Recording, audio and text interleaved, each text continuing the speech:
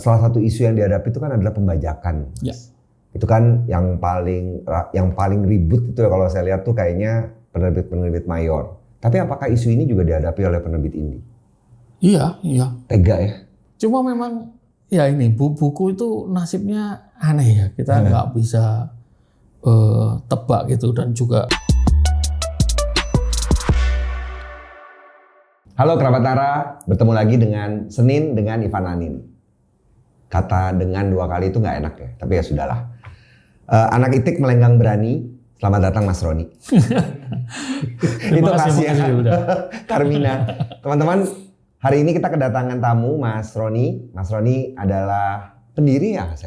Ya, saya pendiri Margin Kiri, penerbit indie. Ini juga yang nanti kita bisa mesti kulik nih. Saya punya 2 pertanyaan awal, Mas.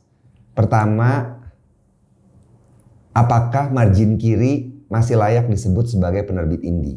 Oke. Itu satu. Ya. Yang kedua, kenapa pilih nama akun Sastra Alibi? Oke. Ya. Oke, makasih sudah diundang ke sini ya. Untuk pertanyaan pertama ya, apakah Margin Kiri masih layak disebut indie? Saya asumsikan ini ada yang bilang nggak layak karena dianggap sudah besar. Ya, Oke. Pertama, saya pikir ada definisi soal indie atau penerbitan indie yang agak sedikit disalahpahami atau mengalami kerancuan dalam konteks Indonesia gitu ya. Ada teman yang bilang bahwa kerancuan ini karena definisi itu diambil dari praktek yang dilakukan di musik gitu. Jadi kerancuannya begini, banyak yang mengasumsikan bahwa penerbitan indie itu adalah seperti penerbitan berbayar atau penerbitan yang tidak perlu kurasi atau campur tangan editor. Yang di luar sana diistilahkan ada banyak macam ya, ada paid publishing, ada vanity publishing. Nah, itu bukan praktek independen yang kami pahami ya. Menurut kami itu sebut saja penerbitan berbayar gitu. Jadi masih ya. Jadi skala itu tidak bisa dijadikan sebagai tolok ukur. Skala itu tidak bisa dijadikan tolok ukur. Dan kami ini juga anggota dari Asosiasi Penerbit Independen Internasional, dan di statuta itu yang kami pakai, apa itu definisi indie? Itu adalah ketika keputusan-keputusan redaksional atau arus atau garis penerbitan itu dipegang sepenuhnya oleh redaktur. Jadi bukan pemegang saham, dan juga dalam hal ini bukan uangnya si penulis, dan itu yang membedakan jelas dengan paid publishing tadi. Karena penulis asal membayar sekian bisa diterbitkan. Ya itu yang tidak terjadi harusnya. Jadi apakah bisa dibilang bahwa pertimbangan komersial itu nggak menjadi faktor yang utama? Komersial atau enggak itu bukan faktor utama. Dalam arti kamu bisa menjadi penerbit independen, tapi buku-bukunya komersil gitu. Kayaknya itu yang menyebabkan orang kemudian menuduh Margin Kiri sudah bukan lagi penerbit indie. Karena ada beberapa buku yang meledak kan? Dan juga ya kalau kita lihat dalam skala besarnya ya, kalau kita bandingkan dengan luar tentunya, ya Indonesia ini bahkan penerbit yang terbesar pun itu tergolong kecil gitu. Kalau untuk standar mereka. Gitu. Apalagi yang kecil-kecil ini. Gitu. Ada faktor lain itu tadi juga penerbitan ini bukan bagian dari suatu korporasi gitu ya. Maksudnya usahanya ya hanya penerbitan, bukan dia suatu korporasi besar punya cabang-cabang, hotel, punya TV, punya apa, dan penerbitan hanya salah satunya. Gitu. Nara Bahasa bisa dianggap besar tuh kalau gitu. Kami ada edukasi, ada publikasi, sama ada konsultasi.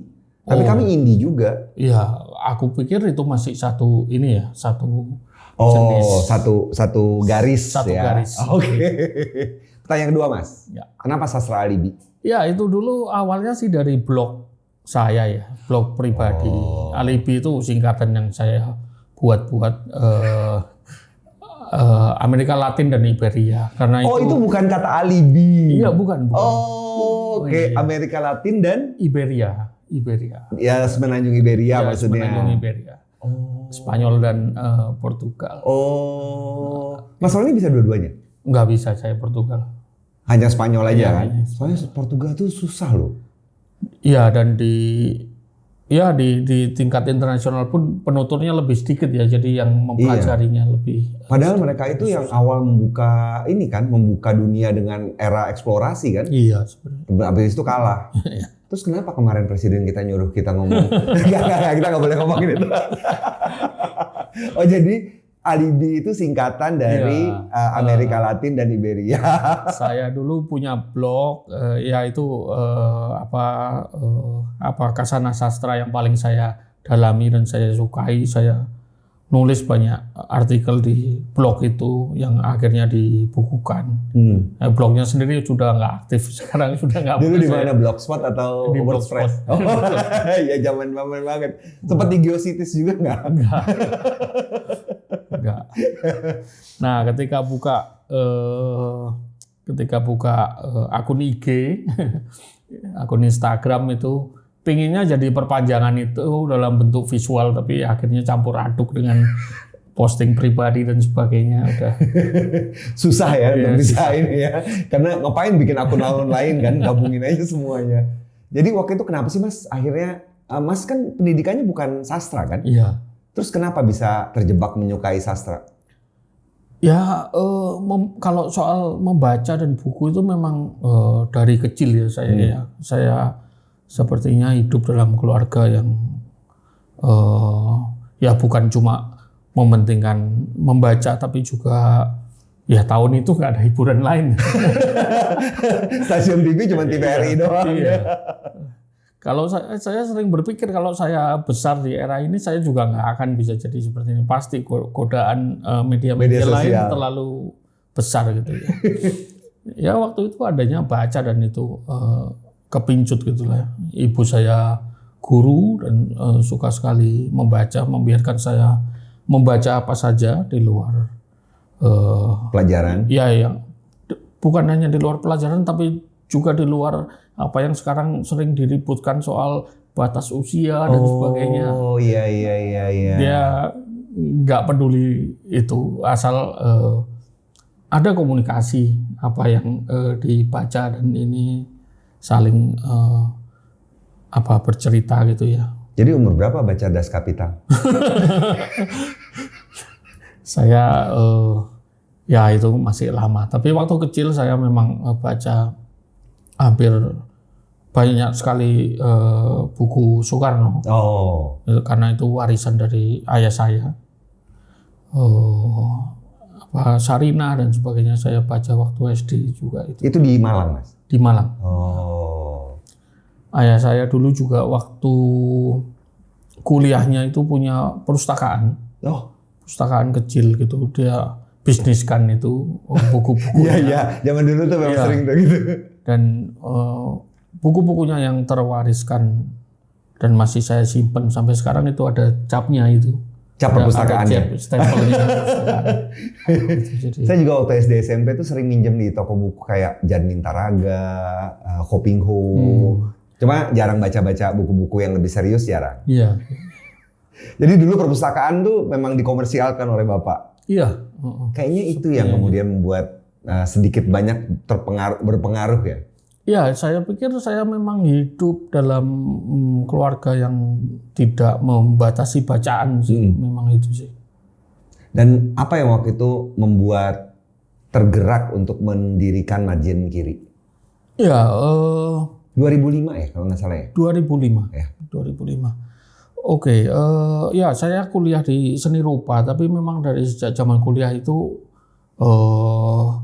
beberapa teman dekat saya itu memang pembaca semua ya. Kami sering bikin semacam lingkar diskusi. Membaca sastra-sastra dunia terbitan. Kalau nggak Pustaka Jaya, Yayasan Obor waktu itu. Iya. Berkeliling gitu, membaca satu paragraf, gantian satu paragraf. Dan banyak mendiskusikan soal itu memang, dan kemudian juga aktif bikin majalah kampus dan sebagainya.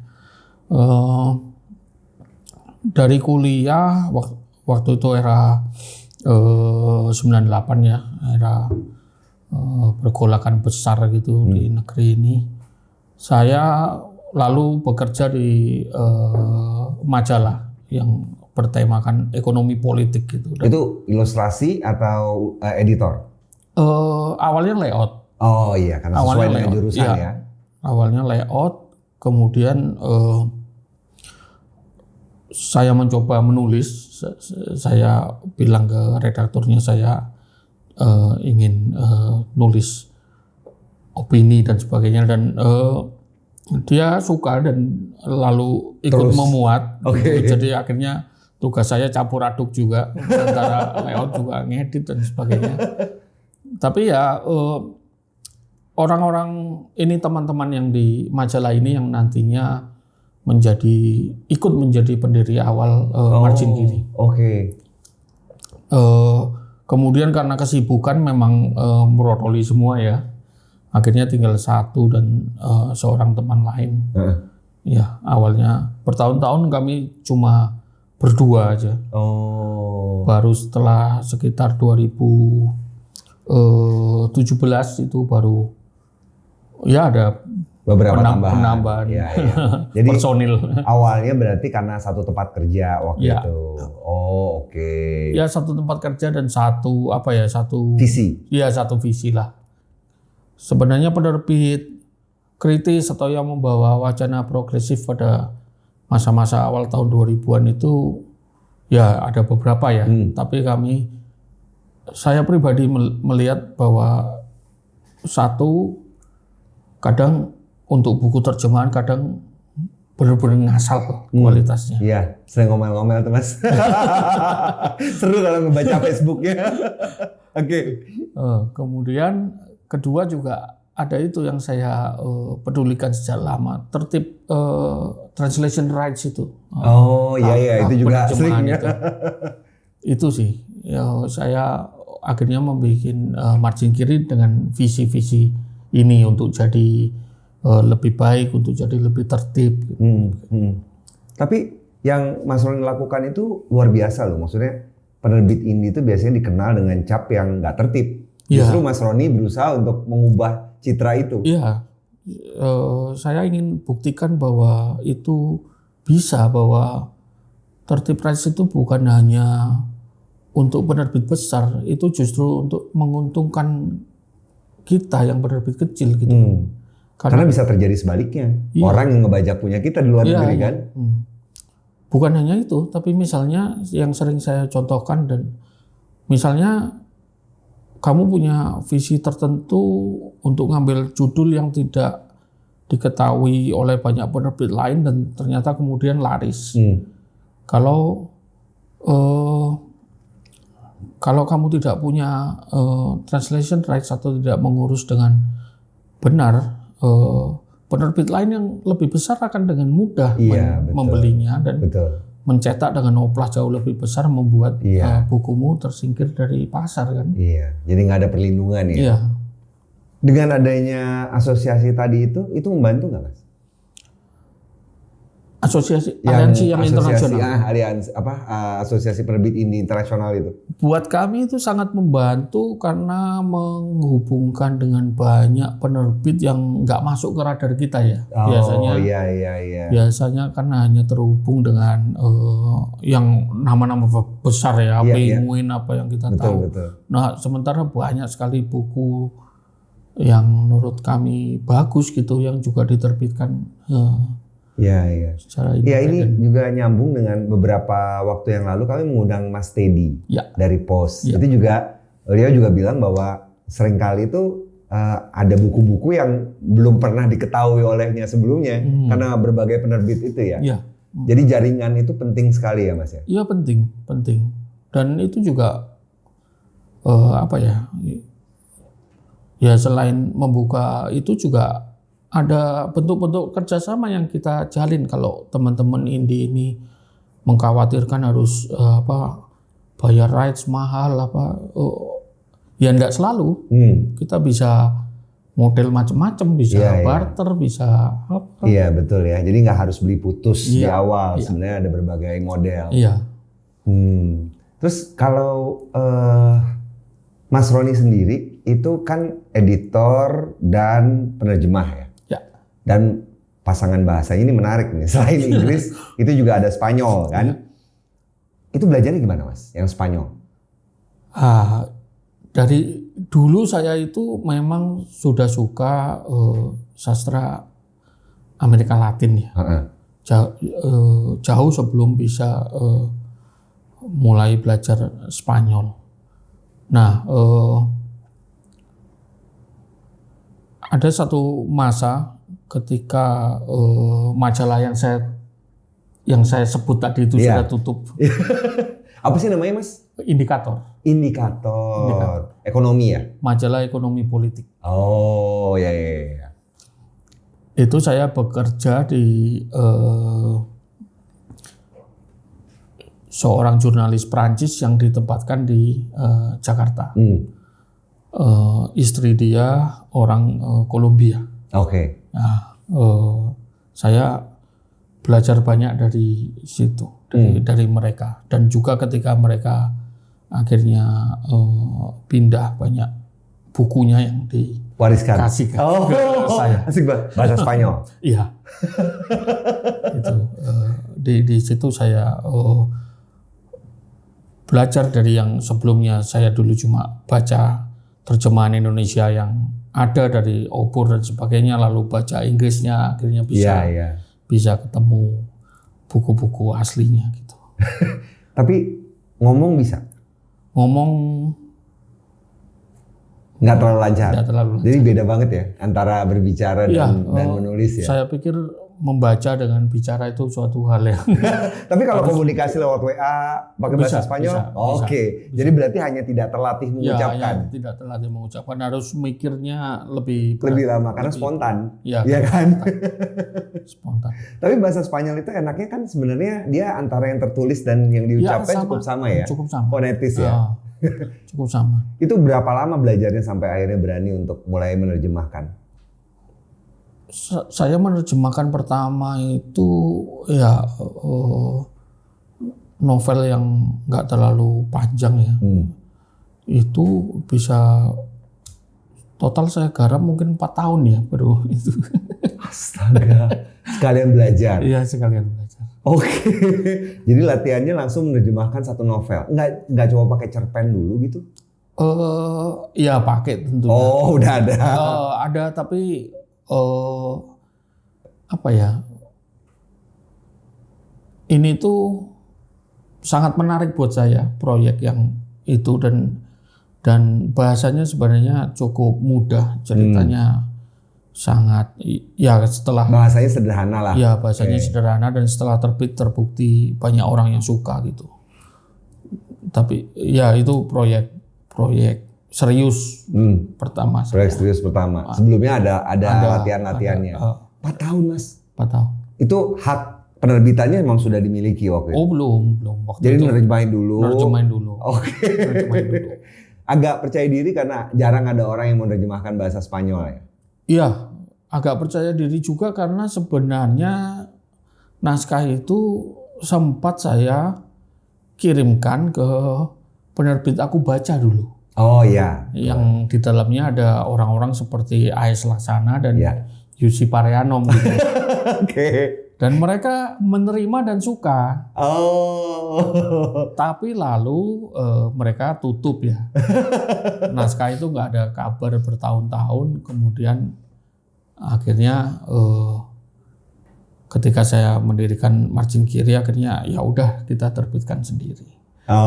Saya pede karena ya mereka menerima itu dan suka. Oke, ini sudah ada kurator yang membuktikan ini. Jadi itu karya pertama. Ya, karya pertama. Dan setelah itu saya lihat lancar banget menerjemahkan. Kayaknya lebih senang nerjemahin dari Spanyol daripada dari Inggris. Enggak, masih tetap Inggris. Mungkin lebih karena topik atau isi naskahnya ya yang menarik ya. Iya, dan juga ya karena ya pekerjaan juga lebih banyak dari Inggris bagaimanapun.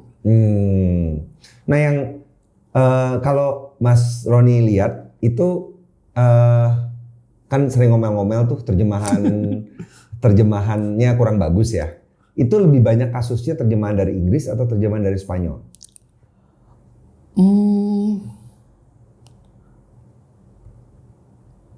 Ada beberapa kasus ya.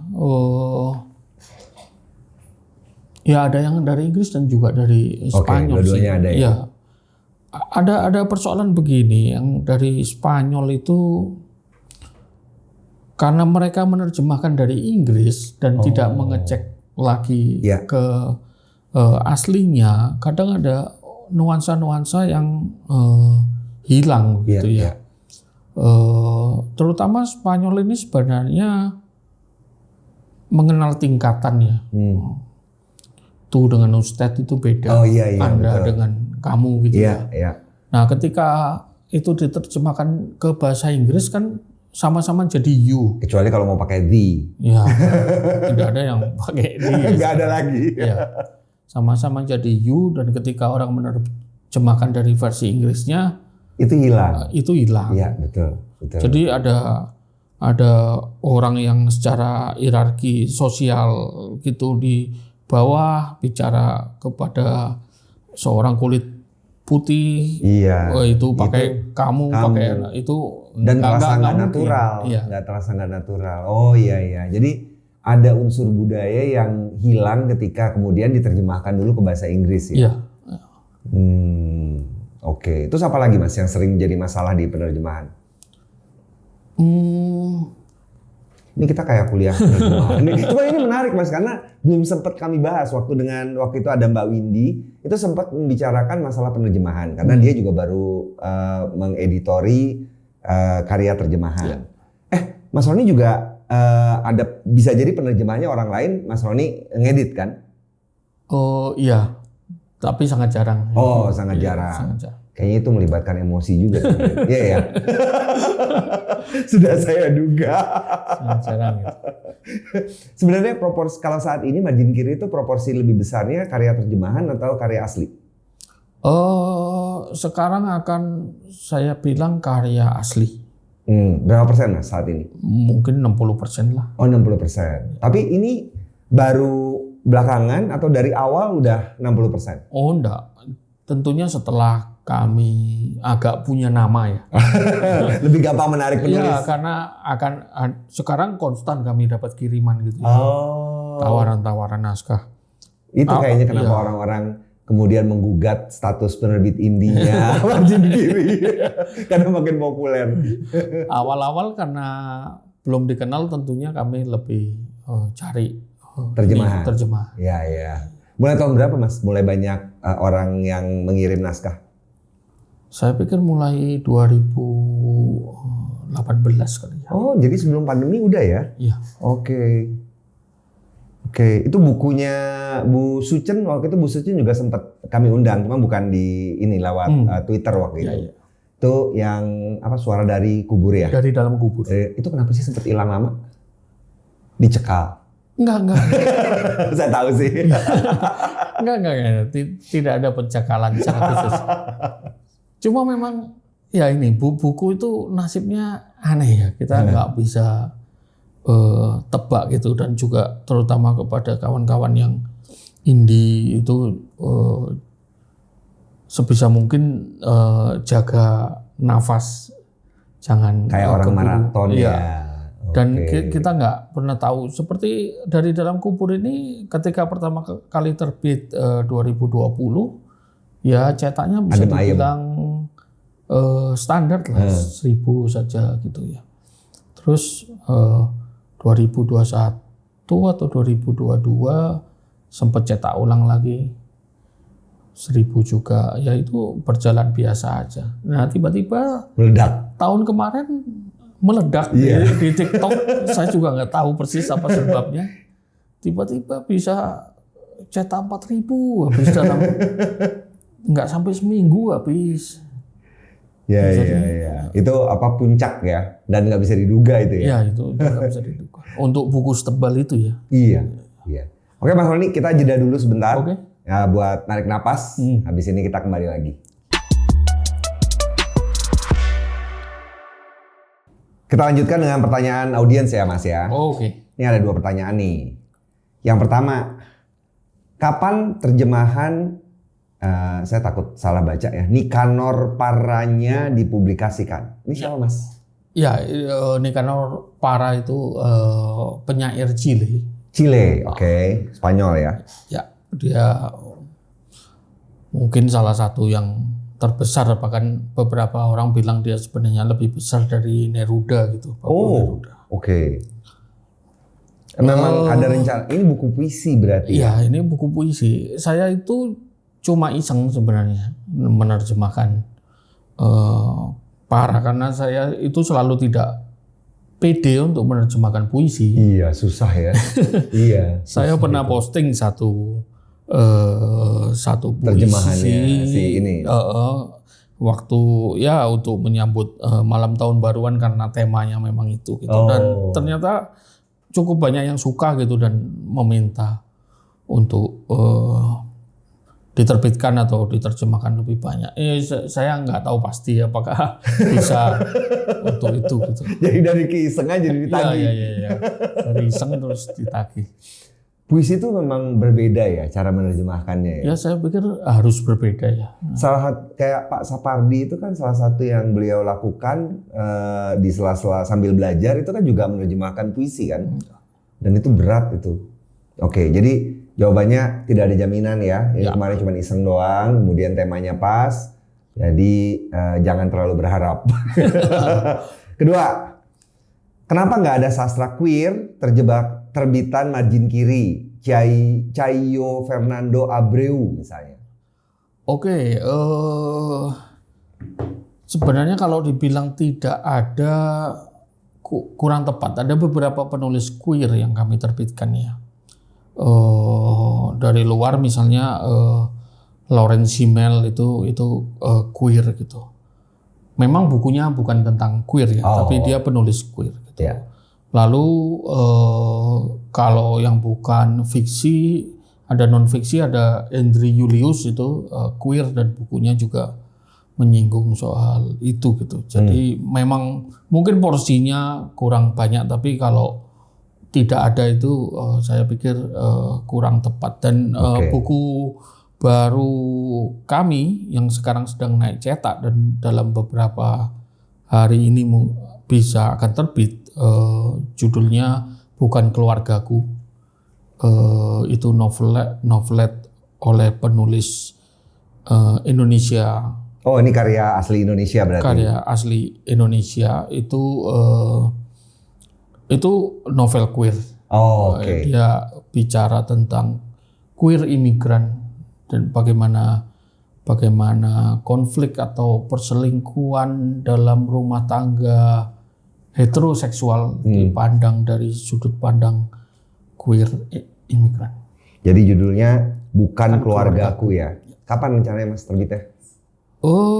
Saya pikir awal Juli. Enggak. Akhir bulan ini sudah tersedia. Akhir bulan Juni. Ya. Oh, oke. Tuh ya buat siapa nih yang nanya tadi, namanya nggak usah disebutkan lah. Buat yang nanya kenapa nggak ada sastra queer? Ada ya sebenarnya, cuma mungkin belum pernah terlihat aja. Ya. Jadi sebenarnya emang kalau di penerbit lain ada larangan gitu Mas? Apanya? Larangan untuk apa? Menerbitkan baik penulis queer ataupun tema queer. Nggak ada, Nggak ada semuanya kan ya sebenarnya kan? tergantung penerbitnya aja. Oke. Mas, sebenarnya jadi apa sih hambatan utama atau isu utama yang dihadapi oleh penerbit indie, terutama pada kasusnya margin kiri? Saya pikir ya dalam konteks margin kiri, ya kita beroperasi di sebuah negara yang secara hukum masih melarang Marxisme. Oke. Itu jelas itu, dan turunannya ke bawah itu tidak pernah clear, atau paling tidak setelah masa reformasi itu tidak pernah jelas. Jadi Abu-abu. ya apa yang boleh dan apa yang tidak boleh, semua orang menerbitkan sekarang seakan-akan Nggak ada batas. ya seakan-akan semuanya boleh, tapi ketika tiba-tiba ada sesuatu atau apa, tetap ada payung hukum mereka bahwa ini dilarang. Iya. Nah, Kenapa nggak dari awal? kenapa nggak dari awal? Jadi itu Kepastian hukum. ya, Kepastian hukum. itu ya harus disiasati aja. Meskipun menurut saya akhir-akhir ini isu yang paling paling dipertikaikan gitu ya, bukan lagi soal 65 gitu. Meskipun saya tetap percaya bahwa ya dasar dari semua masalah di Indonesia sekarang adalah 65. Tapi isu-isu yang langsung membangkitkan keributan gitu ya dalam tanda kutip ya itu queer dan Papua. Oh iya. Kemarin juga yang videonya Mas Dandi itu juga ya. Oke. Terus yang ngomong hukum ini, salah satu isu yang dihadapi itu kan adalah pembajakan. Ya. Itu kan yang paling ribut itu ya, kalau saya lihat tuh kayaknya penerbit mayor. Tapi apakah isu ini juga dihadapi oleh penerbit indie? Iya. Tega ya. Sudah, saya kadang-kadang tuh maksudnya penerbit indie gitu loh. Oplahnya aja nggak banyak, masih dibajak pula. Tapi itu terjadi. Ya terjadi dan sekarang makin mudah ya. Beberapa tahun lalu kami ya mencoba membeli buku kami sendiri. Itu beneran bajakan. Kelihatan. Ya kertas koran kabur dan sebagainya. Aduh. Dan ya prosedur pelaporan dan apa memang masih belum ada keberpihakan yang jelas terhadap masalah ini. Dulu pernah diajak kawan-kawan di IKAPI, ketemu ada orang marketplace, ada polisi dan sebagainya. Ya lalu nggak ada kelanjutan yang konkret gitu ya. Semestinya yang bergerak memang asosiasi gitu ya. Karena ini delik aduan ya. Iya, karena delik aduan. Dan akhirnya penerbit bergerak sendiri-sendiri. Penerbit yang besar punya lawyer dan divisi hukum yang kuat, ya akan bisa dengan cepat menindak itu. Sementara yang kecil-kecil seperti kami ya agak susah gitu kan.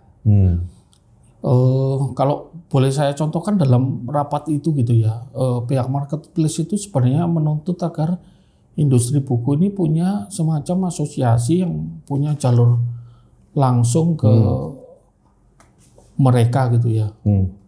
Kayak IKAPI gitu kan? Iya, mereka mencontohkan itu industri pangan dan obat.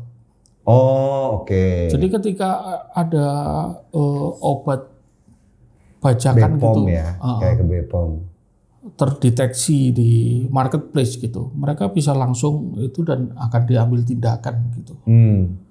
Nah kalau industri buku ini nggak ada seperti itu, akan repot gitu. IKAPI nggak bisa? Saya nggak tahu ya, karena saya nggak bergabung. Saya bukan anggota IKAPI resmi. Ya. Memang itu pilihan atau memang IKAPI nggak menerima penerbit indie? Itu pilihan. Oh itu pilihan, oke. Ya, saya pikir ada nggak menerima penerbit indie gitu nggak.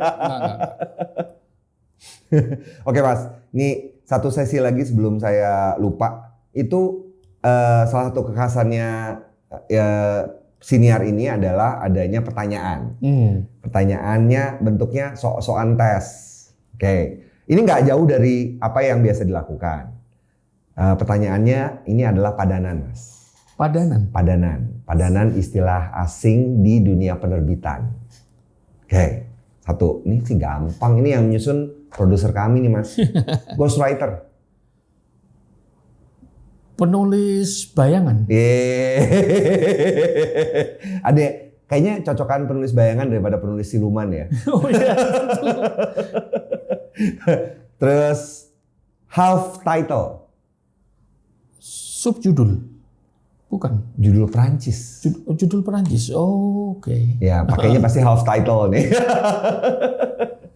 Yang terakhir preface. Prakata. Mas sebenarnya kita emang perlu membedakan ya preface dengan forward.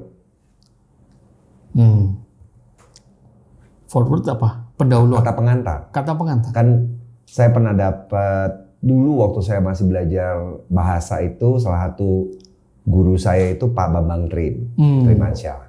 Nah beliau itu waktu itu saya lupa tahun berapa mengirimkan perbedaan antara preface dengan forward. Katanya tuh preface itu yang ditulis sendiri oleh penulis, forward itu yang ditulis orang lain. Itu memang tradisi kalau di dunia penerbitan.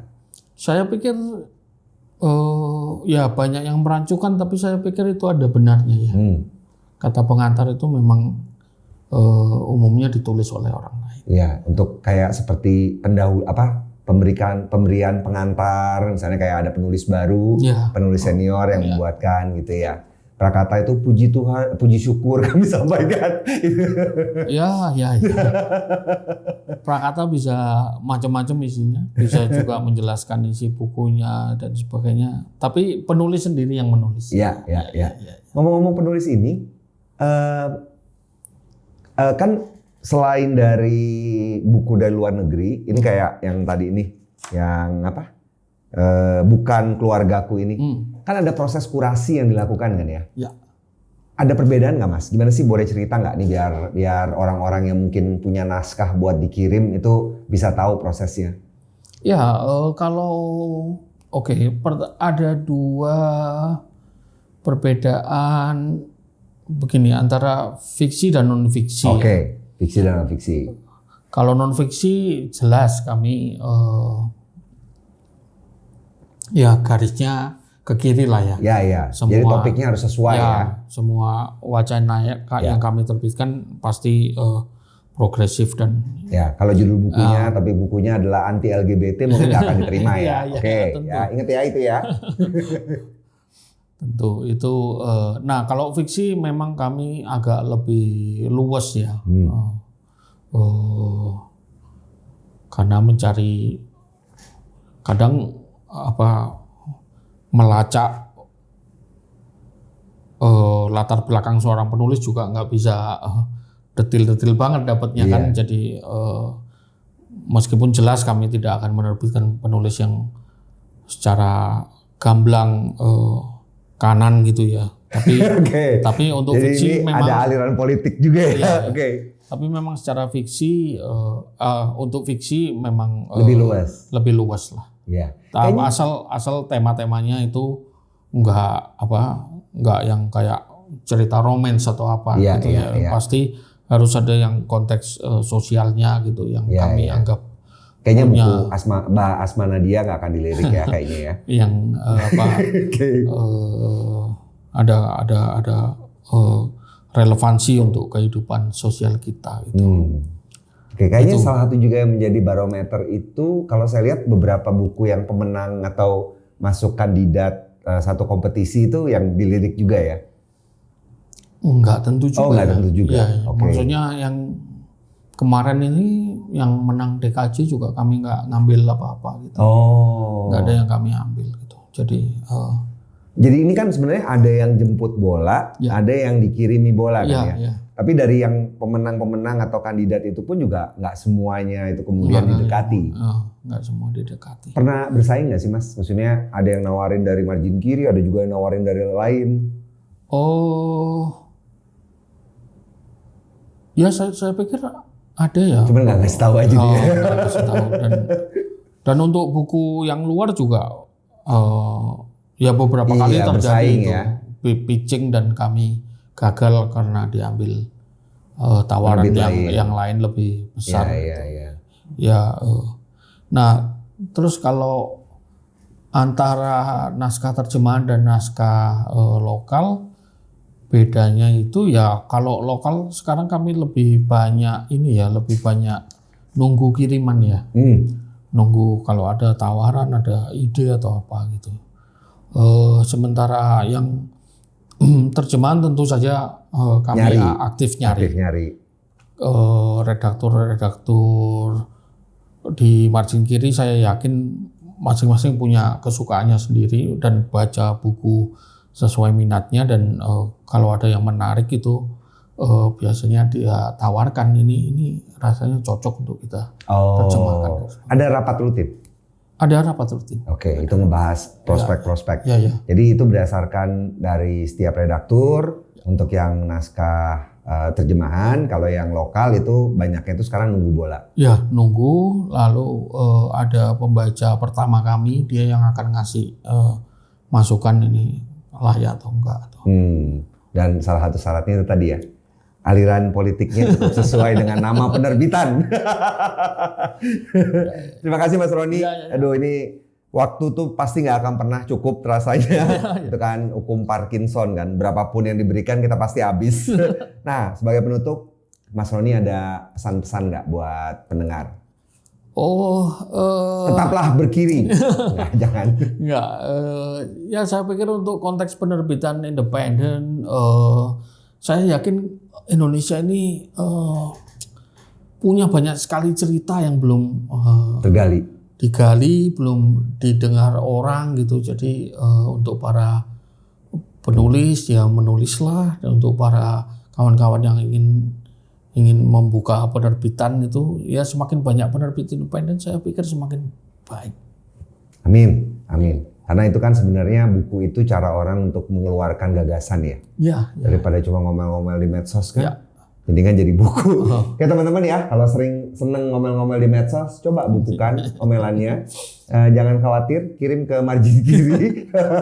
Tapi ingat mesti dikurasi kan tentunya kan. Tentu. Tapi pernah nggak sih Mas, ini pertanyaan tambahan ya, walaupun saya udah diomelin karena waktunya udah lewat. Cuman pernah nggak sih ada terima naskah, topiknya bagus, tapi cara menulisnya buruk? Ada ya. Ada. Terus apa yang dilakukan? Berdoa atau nggak bisa ya. Terlalu banyak. Akan spend akan mengeluarkan tenaga dan waktu, energi dan emosi ya. Iya. Oke Mas Roni, terima kasih banyak. Semoga nggak kapok diundang oleh kami. Kami yakin obrolan kita ini bermanfaat buat teman-teman yang lain. Sampai ketemu lagi dengan topik yang lain. Kalau ada saran orang yang layak untuk diundang, silakan masukkan ke kolom komentar ya.